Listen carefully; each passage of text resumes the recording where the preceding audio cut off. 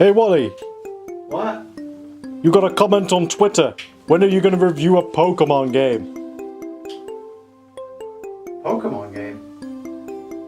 I don't know. It's not something I've been really interested since I was a kid, and I've kind of gone off it now, and I don't know, maybe soon.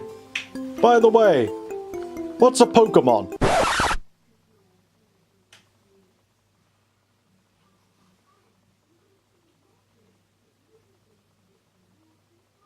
What?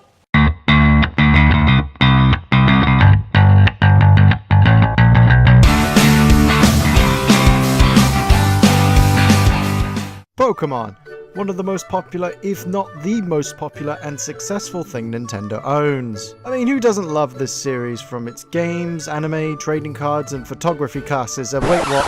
Wait, what? That's a game too? This is a game. This is a Pokémon game. Pokémon Snap for the N64 was a very odd choice to make a game out of, but then again I didn't know this guy was so popular with the fanbase that a game was made around him. Yeah, never mind your Ash or Red, we have... Todd Snap. Who the hell remembers him? I mean, he's only appeared in a few episodes of the show, and I think a few times in the manga, but to get a video game based around this guy? Now please, don't get me wrong here. I remember as a kid watching the show with Todd and liking him, but even then, I just find it strange that a character like Todd, who appeared in only 6 episodes of the show, would get a video game based off him. Oh well, let's actually play the game and see what we think. I mean, it's a Pokemon game on the N64. I mean, how bad could it be? Okay, there's a bit of age there.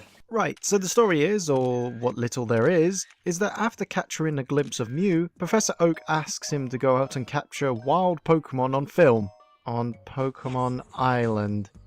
Original. Oak also gives you a vehicle called the 01, which sounds like a Gundam, but sadly isn't. And you can select a rather large number of locations too, from the beach, a tunnel, a river, a cave, valley, a bloody volcano, and Rainbow Cloud. Taking photos of many Pokemon in the wild doing, well, their thing.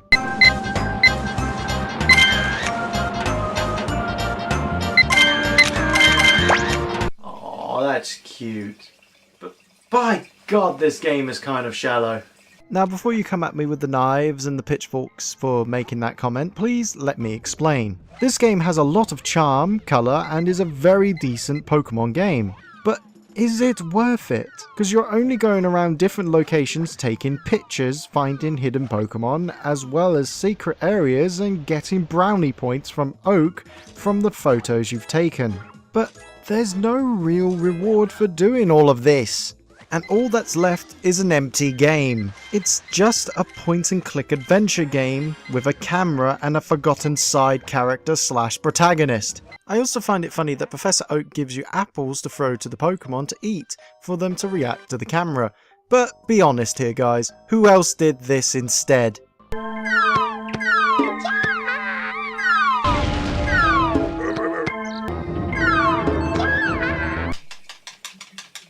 I'm a cruel person. Okay, I know I've kind of said some negative things about this game, but please take it with a grain of salt. Because this isn't a terrible game, it's just very boring. For me, anyway. When I hear about Pokemon, I imagine big explosive battles fighting with strange and wonderful creatures beyond our imagination and endless adventures leading up to becoming the very best there ever was. Only for me to find this game, put it into my N64, find it good at first, but then get bored and put something else in.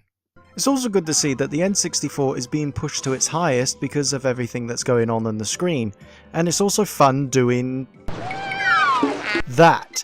But afterwards, it just becomes very dull, to be honest. So I'll end it with this. It's a good game, but boring. If you like it, then good for you. You're a true fan of the Pokemon series. If not, well, welcome to the club, guys. And so guys, ends my review of You do realise people are going to criticise you for two things. One, for not liking this game, and two, using an emulator. I don't hate the game. I just think it's okay for what it is. It's just not for me. I'm not the biggest Pokemon fan. Also, the reason why I used an emulator is because I don't own a physical copy of the game anymore. Also, prices online can go Okay, you made your point. But don't come crying to me when you get hate mail because of this video for the next 3 weeks or so. Also, when are you going to review Spy Kids? You promised that, like in your Bubsy video or whatever that video was. Also, Crash Bandicoot 3 needs to be finished. You promised that also. Why don't you review Life is Strange as well? You're probably the only one on the internet and amongst your friends group that actually liked it. Even worse, Titanic, the legend goes on. What's an arse?